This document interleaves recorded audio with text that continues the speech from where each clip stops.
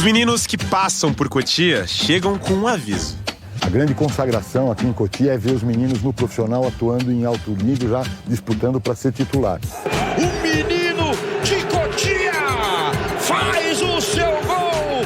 A base se mostrou importante em diversas frentes na temporada. Pro bolso do clube, então, nem se fala.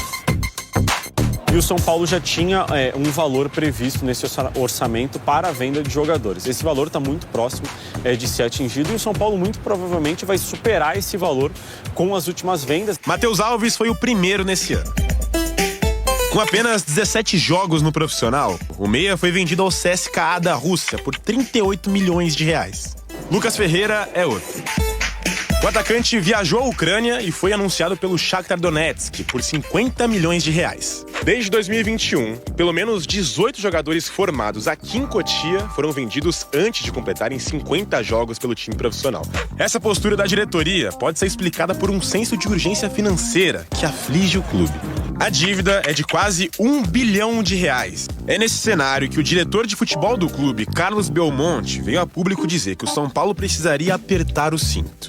E completou que o saldo positivo só seria atingido com a venda de ativos, ou seja, jogadores. Quando você precisa vender, você acaba vendendo esses jogadores por um valor abaixo do que aquilo que talvez em 6 meses ou 1 ano você muito provavelmente conseguiria. Elinho é um bom exemplo. Em 2021, o Bragantino comprou o atacante do São Paulo por 23 milhões de reais. 3 anos depois, vendeu por 84 milhões.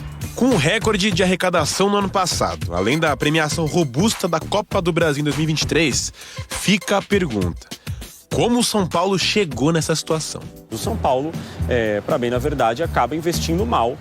Muitas vezes contrata jogadores que não rendem o que se espera, com salários altos. A venda de joias da base se tornou uma das principais alternativas para amenizar a crise financeira.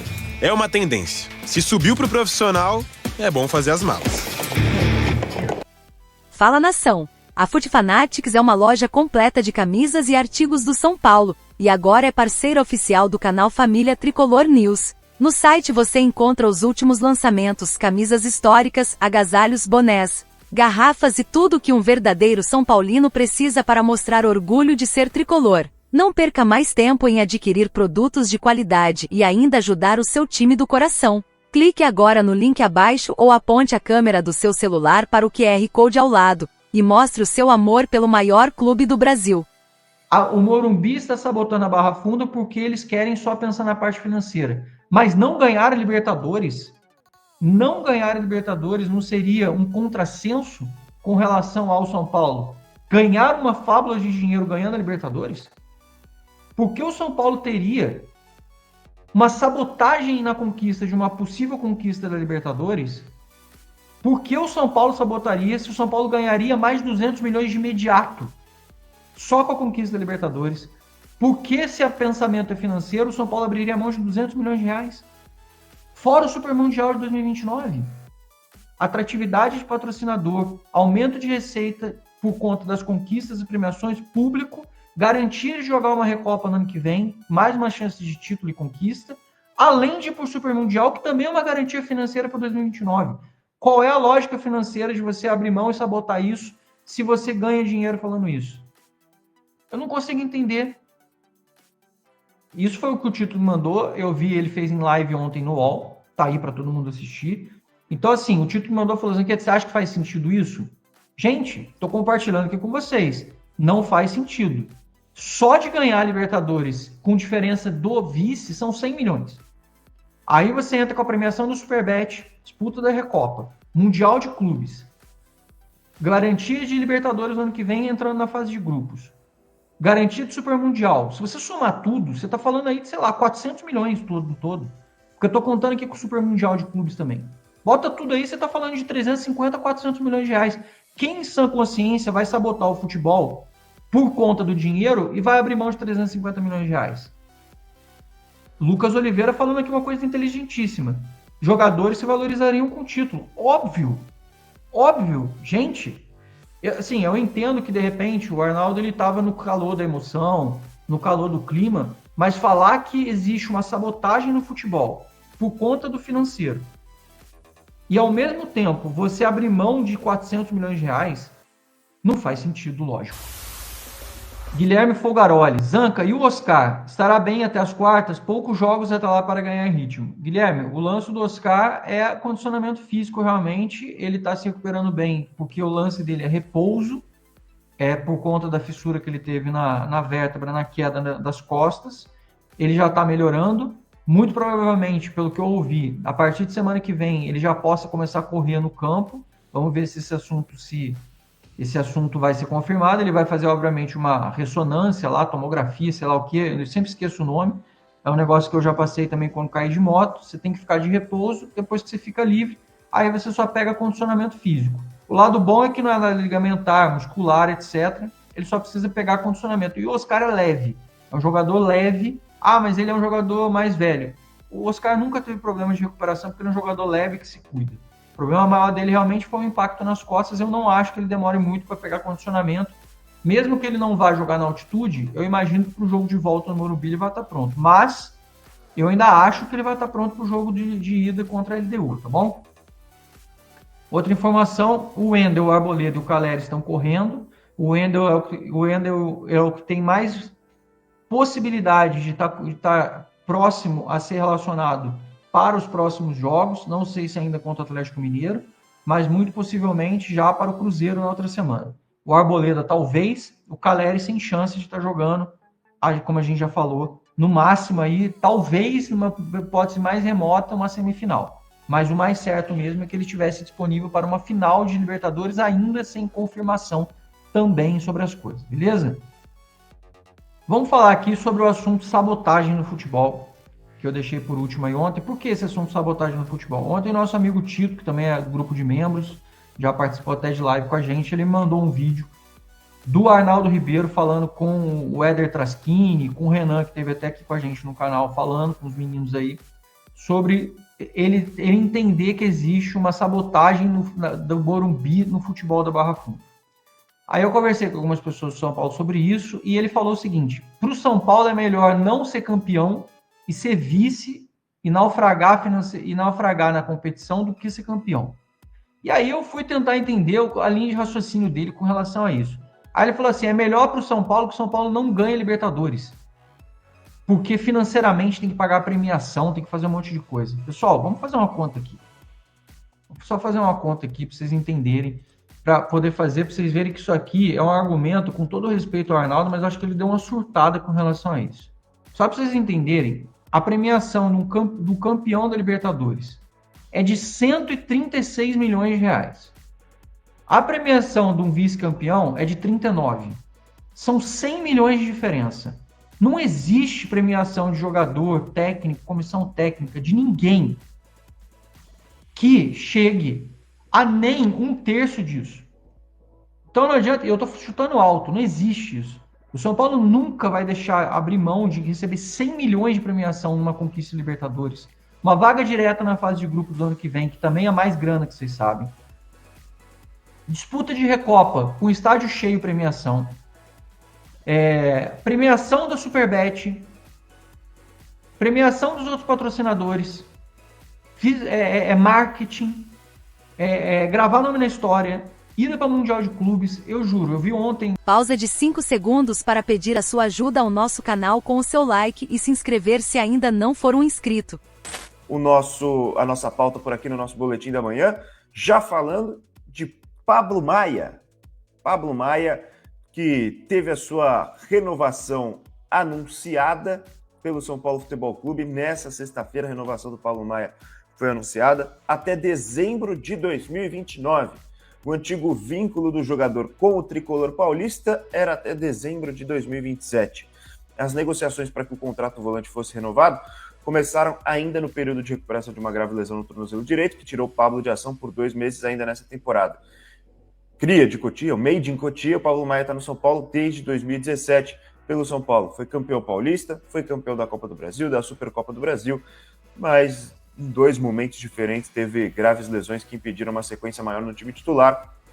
Ele celebrou a extensão do vínculo, dizendo o seguinte: estou muito feliz por renovar com o São Paulo, clube que é a minha casa e me formou como atleta e como pessoa. É um momento muito feliz para mim e também para toda a minha família. Pablo Maia, de 23 anos, que em dado momento foi colocado como uma venda certa, né? Uma venda certa do São Paulo para o futebol do exterior, mas justamente nesse momento em que poderia ser negociado, ele acabou se machucando e não se concretizaram essas negociações envolvendo o nome do Pablo Maia. Acho uma renovação importante, viu, JP? Mesmo o Pablo Maia ainda não estando no seu melhor momento, precisando recuperar minutos, precisando recuperar seu espaço dentro do time, não tendo grandes apresentações, até fez o gol, né, na partida de ida contra o Atlético Paranaense na Copa do Brasil, mas ainda assim não está no seu nível ideal, só que acho importante garantir o Pablo Maia até 2029. Quem sabe, pode ser também, talvez não nos termos em que a gente esperava, mas também uma grande venda no futuro, caso ele recupere o bom nível. Pablo Maia renovado, JP. O Pablo Maia, que é um jogador importante para o elenco do São Paulo, mas que, como você falou, não vive o seu melhor momento, passa longe de viver, inclusive.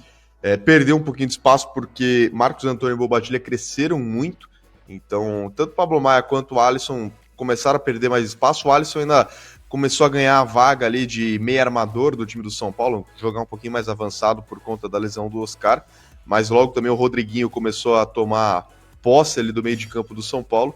Então o Pablo Maia e Alisson, que foram titulares incontestáveis até o ano passado, hoje não passam por um melhor momento. Mas o Pablo Maia é um jogador jovem ainda, um jogador que é criado no São Paulo, formado em Cotia, um jogador que é vencedor, mesmo muito jovem, já venceu a Copa do Brasil, venceu a Supercopa, sendo importante demais nas duas competições. Então é um cara identificado, é um cara que gosta de estar no São Paulo, e é importante essa valorização. Claro que, ultimamente, quando o São Paulo tem renovado com atletas, eles têm sido vendidos logo depois. Mas a renovação do Pablo Maia é necessária até para uma valorização do atleta, para que ele esteja protegido também pelo contrato, para que o São Paulo não perca ele de forma gratuita ou por um preço muito mais baixo do que deveria. E há 2, 3 anos, mais ou menos, o Pablo Maia é talvez o maior ativo do São Paulo em mercado, né? Então não é de uma hora para outra que ele vai deixar de ser um ativo importante no mercado, né? Não é de uma hora para outra, com certeza. O Pablo Maia que já esteve muito próximo de ser vendido, né? Já chegou a procurar apartamento fora do país, especificamente na Inglaterra, só que acabou decidindo por ficar, porque eram momentos importantes, né? Momentos decisivos da Copa do Brasil, e depois da conquista da Copa do Brasil acabou se lesionando, depois se lesionou mais uma vez. Então, esperamos que o Pablo Maia possa recuperar o bom nível, que possa voltar a entregar muito dentro de campo também para o São Paulo, e que depois, se for o caso, que seja vendido por um bom valor e também contribua não só dentro de campo, mas também para os cofres do São Paulo Futebol Clube. Então tá aí a notícia, Pablo Maia renovado até 2029. Sobre o jogo foi Cédric. O lateral foi o responsável por bater o pênalti que garantiu a classificação do tricolor para as quartas de final da Conmebol Libertadores. Agora, ele espera aproveitar o momento positivo para buscar mais uma vitória no Brasileirão. Não, claro que eu acho que quando há momentos positivos, isso normalmente dá-nos mais confiança já para o próximo jogo, para entrar mais confiantes e conseguirmos fazer talvez ainda jogarmos um melhor futebol, praticarmos um melhor futebol. Eu acho que a equipa está acostumada e tem dado resposta bastante positiva em campo. Claro que este jogo ainda vem motivar mais para continuarmos a trabalhar e para continuarmos esse bom momento que a equipa vem fazendo, e queremos dar uma continuidade o mais longo possível, por isso é pensar já neste jogo para tentar vencê-lo. Cédric também falou sobre a importância da presença da torcida tricolor no Morumbi. Eu acho que a torcida também sabe a importância que tem no grupo e o grupo sente a torcida. Neste jogo foi sem dúvida essencial, como tantos outros, por isso nós contamos com eles, contamos com o apoio da nossa torcida para podermos, desde já em casa, estarmos mais perto de vencer o jogo. Mas depois também nos cabe a nós fazermos com que conseguirmos essa vitória, não é? Trabalharmos para esses 3 pontos. E eu tenho a certeza que o grupo vai dar uma grande resposta. Nesse último treino antes da partida, os jogadores começaram os trabalhos com aquecimento com exercícios de coordenação. Em seguida, Hernan Crespo comandou um tático de 11 contra 11 utilizando toda a extensão do gramado. Os jogadores ainda realizaram atividades focadas em bolas paradas ofensivas e defensivas. Se você ainda não garantiu seu ingresso para o duelo de amanhã, corre lá na spfcticket.net. Nos vemos em breve aqui na SPFC Play. Até mais! Torcedor, compareça amanhã no Morumbis, contamos com a tua presença e é importante para nós. Bom, vamos falar aqui do Juliano Galopo, jogador que chegou no São Paulo com muita expectativa, aí teve uma lesão grave, é bem verdade, e depois, né, sequência aí com um treinador não vai, com outro não vai, enfim. O Galopo não conseguiu atingir ou atender a expectativa do torcedor do São Paulo quando ele chegou, quando inclusive era muito bom jogador no Banfield, né, se destacou jogando no Banfield da Argentina. E aí, emprestado ao River Plate, tinha lá um contrato até o final deste ano, né, dezembro, né, o contrato de empréstimo, e o São Paulo colocou algumas metas, algumas cláusulas para ele atingir, né, essas metas e aí sim transformar a opção de compra numa obrigação de compra. Então, faltam 4 jogos. O Galopo tem entrado bem, tem feito gols. No fim de semana ele fez 2 gols pelo Campeonato Argentino. O Galopo está vivendo uma fase muito boa lá no River Plate. Então, faltam 4 jogos para o São Paulo poder vender o jogador para o River Plate, aí seriam 4 milhões de dólares nos cofres do tricolor paulista. Apesar do contrato ser até o fim do ano, aí você já consegue garantir mais uma venda então para o São Paulo nessa temporada aqui de 2025. Então o São Paulo aguarda, está na expectativa, e mesmo a expulsão ontem no jogo contra o Libertad, que aliás foi para os pênaltis, né? Assim como o São Paulo, o River se complicou e acabou tomando o gol de empate. O primeiro jogo tinha sido 0-0 com o Libertad, e aí foi para os pênaltis e brilhou aí a estrela do Armani, goleiro que é muito bom, argentino, né? Que inclusive já eliminou o São Paulo quando jogava no Atlético Nacional em 2016. A história foi dessa série, dessa fase aqui da Libertadores de River e São Paulo, foram histórias muito parecidas. E o Juliano Galopo ontem foi expulso, né? Então, assim, o São Paulo não acredita que ele poderá perder espaço por causa dessa expulsão. E faltam 4 jogos, então, para o São Paulo sacramentar aí mais uma venda, entrando 4 milhões de dólares na conta do São Paulo, batendo essa meta. Então, a expectativa é exatamente essa, Galopo chegando no River Plate. Vamos fazer um exercício aqui, né? Apenas um exercício. Se o Palmeiras não passar pelo River e o São Paulo passar pela LDU, o confronto de semifinal seria River e São Paulo. E aí, até lá, entendo eu que o Galopo vai bater essa meta. E aí fica aquela dúvida, né? Como ele está com um contrato com empréstimo, será que batendo a meta já poderia enfrentar o São Paulo? Né? Essa é uma dúvida, e até mesmo na questão interna do São Paulo ainda não está muito claro como é que ficaria essa situação, que pode acontecer um confronto. Repito, estou aqui fazendo apenas um exercício de possibilidades. Vamos ver. E é legal assim acompanhar quando a gente tiver essa certeza jurídica, essa certeza contratual, se caso venha acontecer esse confronto entre River e São Paulo na Libertadores, que aliás seria um baita de um jogo, assim como pode ser um baita jogo se tivermos também um Palmeiras e São Paulo na semifinal da Libertadores da América. Mas para isso precisa passar pela LDU, que é um adversário dificílimo que o São Paulo vai ter nas quartas da competição, certo? Falar do Brenner. Quem gosta do Brenner aí? Eu gosto do futebol do Brenner. O Brenner é muito bom jogador, atacante. Subiu da base do São Paulo de Cotia em 2018. Aliás, o técnico era o Dorival Júnior. Depois ele, foi emprestado, chegou aí pro Fluminense, e aí ele teve um retorno pro São Paulo com o Diniz, onde ele foi artilheiro do time. Fez quase 20 gols ali e tal, e aí foi vendido para o Cincinnati. Do Cincinnati, ele é vendido para a Udinese, ou da Udinese ele vai para o Cincinnati. Agora eu não tenho muita certeza e vocês me ajudem aí nos comentários. E aí ele tem uma trajetória lá, não consegue performar, é bem verdade, na Udinese. No Cincinnati ele performa, e aqui estava naquela possibilidade, como nunca...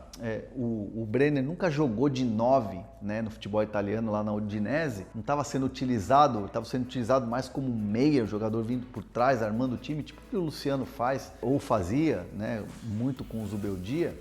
É uma posição que o Brenner, por exemplo, não se encaixa, e aí acaba perdendo espaço. Então, vários clubes brasileiros sondaram a possibilidade, tentaram a contratação do Brenner, entre eles Corinthians, o Vasco, Fluminense, que aliás ele tem uma história boa lá no Fluminense. Flamengo também foi um time que, né, falou-se muito na possibilidade do Brenner, mas acabou que ele, né, o Brenner acabou rechaçando todas essas possibilidades de Brasil e fecha de novo com o Cincinnati. Vai por empréstimo de uma temporada com opção de compra num contrato maior aí de 3 temporadas, se assim acontecer. Para quem tinha essa expectativa de ver o Brenner no futebol brasileiro, Brenner está voltando para o Cincinnati. Inclusive amanhã o jogador já embarca para se apresentar ao clube para exames médicos e apresentação. E aí, seria um bom reforço para o seu time, o Brenner? Mas agora vai para o Cincinnati. Deixe seus comentários aqui. São Paulo descansadão, desde terça-feira, jogou no Morumbi, feliz, classificado, vai jogar domingo à noite. Quero saber, Alex, que time vai a campo? Contra o Galo reservaça, depois eu vou falar do Galo. O Galo vai reservaço. Vamos manter a base desse time. A única dúvida que a gente pode trazer, de fato, é a possibilidade do Lucas ser titular na vaga do Rodriguinho, né? Ele tem sempre ali, o Rodriguinho joga e acaba entrando o Lucas na segunda etapa. O Lucas já está melhor fisicamente e ele pode acabar pintando nesse time titular. Mas até por conta desse descanso, né, de terça para domingo à noite, e depois ainda vai ter uma semana livre para trabalhar, já que o São Paulo não vai ter jogo no meio de semana, enfrenta o Cruzeiro no outro sábado. A expectativa da comissão técnica é mandar o que tem de melhor, tanto para o confronto contra o Atlético Mineiro, quanto para o confronto contra o Cruzeiro. A não ser, né, que a gente sabe, sábado, horas antes da partida ali, alguém pode apresentar algum desgaste e tudo, mas a expectativa é com o mesmo time que acabou conseguindo a classificação para enfrentar o Atlético Nacional. Então, o São Paulo vai 100%. Bom, tô colocando aqui uma enquete, porque isso me desperta sentimentos, digamos, conflitantes. Lucas Moura deveria ser titular contra o Galo? Eu acho até que deveria, mas não colocaria no lugar do Rodriguinho. Sendo muito honesto, o Rodriguinho jogou muito, né, contra o Atlético Nacional, tá cada vez mais ganhando mais confiança, e vamos ser honestos, né? A partida de Lucas Moura contra o Atlético Nacional foi, óbvio, uma partida tensa, uma partida de jogo de mata-mata, em que o São Paulo ali precisava ainda mais fazer um gol depois que ele entrou, né? Pouco depois, né, o São Paulo acabou sofrendo gol de empate, mas não foi o melhor jogo do Lucas Moura, Maurício. E aí é essa coisa, o Crespo sempre fala, todos podem ser titulares. Não vejo CPF, não vejo RG, não vejo nada. O que manda é a bola, o que manda são os treinamentos, o que manda é o momento. E vamos ser sinceros, o momento do Lucas ainda não é o ideal. Você colocaria o Lucas de titular e em qual posição, Maurício? Eu colocaria no lugar do Luciano. E faria um teste com Lucas e André Silva. Bom, queria entender do Alex, aí para além um pouco da informação, ontem a gente esteve lá com o William, né, que é um jogador que inclusive mudou de posição, né, ele era, digamos, meio atacante, goleador, né, nos tempos de base do Palmeiras. E aí teve todas as questões físicas que ele teve, inclusive um problema grave aí de coração, teve parada cardíaca. Ele fala textualmente, eu morri 2 vezes, né, ou seja, teve 2 paradas cardíacas que sobreviver, inclusive dizem que, né, quando você tem algum problema desse tipo numa idade jovem é ainda mais perigoso do que quando mais velho, mas e além de problemas de joelho, então ele mudou as suas características para digamos, se adaptar ao momento do corpo dele. Queria saber do Alex se ele vê também o Lucas Moura talvez fazendo algum tipo de adaptação, admitindo aí que seu corpo já não é mais o mesmo. Não estou falando nem só em relação ao joelho, né? A maldita cápsula lá do joelho. Mas também pelo fato de ser um jogador mais veterano, de não ter mais a mesma vitalidade, né? E tentar se preservar mais para poder ter uma regularidade, para ter uma sequência de jogos. O que você pensa a respeito disso? É a melhor posição mesmo para o Lucas jogar? A posição do Rodriguinho, ou Alex? Eu acho que pode ser útil ele jogar ali, mas eu acho que o Lucas deveria brigar por espaço atuando como dupla de ataque, até para essa questão de preservação. O Lucas, ele é um cara que ele gosta de ter uma liberdade, Então, acho que ele, sendo uma dupla de ataque, seja com o Luciano, com o André Silva, eu acho que ele poderia ter essa liberdade, só que sem um papel de um meio-campista que é importante, que é na armação de jogadas. Até você falou que ele não entrou bem contra o Atlético Nacional. Eu vou além. Eu acho que nas 4 partidas que ele jogou, ele ainda, na minha visão, não convenceu o suficiente para se tornar titular. Ele teve ali, das 3 partidas, a melhorzinha foi contra o Sport, que ele fez um golaço de cabeça, só que jogando, atuando, ele fez uma partida razoável. Não foi uma partida, meu Deus, ele precisa se tornar titular agora. Então acho que ele ainda precisa um pouco mais de ritmo, merecer, entre aspas, esse espaço, e acredito que ele deve brigar mais por uma função de segundo atacante. Acho que o Crespo tá testando, né, nos 2 primeiros jogos, colocou ele como segundo atacante, depois agora colocou ele como meia. Eu vejo mais o Lucas brigando por essa posição. E aí você vai ter que fazer testes, encaixes para você, como o Maurício falou. Nesse jogo você poderia testar o Lucas e o André Silva para ver como que eles vão se entrosar ali no ataque. Em algumas partidas, por exemplo, fora de casa, você pode testar Lucas e Luciano. Mas eu acho que eu vejo bem mais o Lucas atuando como esse segundo atacante do que propriamente como meio-campista. Gosto mais das características do Rodriguinho como meio-campista, que organiza o jogo, que aproxima com o Marcos Antônio. O Lucas vai muito mais para o trabalho individual. E acho que ele pode fazer isso melhor atuando como segundo atacante, que hoje é a vaga do Luciano. E aí vai ter que brigar por esse espaço, não tem jeito. Então acho que sim, acho que eu não vejo mais o Lucas como ponta, acho que já com os Rubeldia eu já não gostava dele como ponta, como ele já foi muitas vezes na carreira, e como 10 ali eu ainda tenho algumas considerações, eu vejo bem mais hoje o Lucas brigando por espaço como dupla de ataque. Bom, Maurício, e também, eu acho que vocês falaram um pouco no início da live, peço desculpas por não ter pegado os minutinhos iniciais, mas parece que o Wendel voltou a treinar, e pode ser que seja opção aí para o jogo de amanhã. Não sei se titular, Maurício. Será que vai para o banco, Alex? Então, eu acho que ele não vai para o banco para esse jogo. Eles vão ter uma cautela maior. Tanto é que o Nicolas, inclusive ficou no banco na partida de Libertadores, ele continuou treinando com o grupo. Então é uma sugestão mesmo de que o Nicolas continue no banco contra o Atlético e o Wendel possa ficar um pouquinho mais de fora para ele ter mais uma semana de treinamento para voltar contra o Cruzeiro. Eu não descartaria completamente ele para o banco, mas eu acho bem difícil. E olha, a gente está falando aqui, Ale, veja que coisa boa, né? Que mudança de perspectiva. Aliás, nossa, graças aos céus que o time passou. Se o time tivesse passado, ia ser uma depressão, a gente ia estar aqui tudo no chororô, uma desgraça, porque já não dá mais para almejar. Será que até nada além de no máximo um G4, né, no brasileiro, e os reforços chegando, e os caras se recuperando? Passamos, tem quase um mês para o jogo, então as perspectivas, tudo muda, né? O horizonte se abre. E olha só, nós estamos falando de botar o Lucas aí e deixar o Luciano esperando um pouquinho.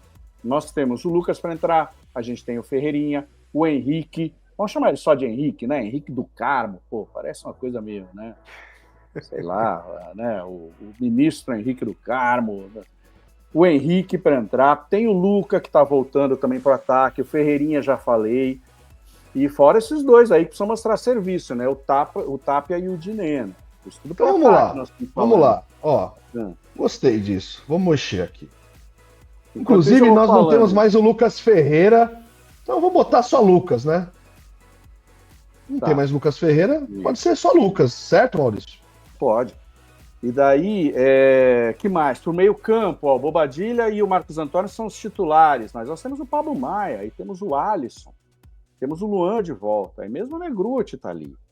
Para meia, essa é a posição mais carente, porque o Oscar, eu não sei se o Oscar vai estar à disposição aí daqui a 3 semanas, eu tenho dúvidas, tá? Mas o Oscar voltando, tem o Rodriguinho, tem o Oscar. Trago informação, Maurício, nesse sentido. Diga. Oscar, ele não consegue nem andar direito na bicicleta ergométrica. Ele tem muitas dores ainda em função das fraturas, né, nas vértebras. Uma pessoa do São Paulo me falou que é muito improvável que ele volte, e eu acho que é bem provável que ele volte, inclusive, para o confronto de quartas de final contra a LDU. Ele não está conseguindo nem fazer manutenção física sem dor, Maurício. Quiçá jogar, se movimentar, a coluna, né? Então é uma pouca confiabilidade, né,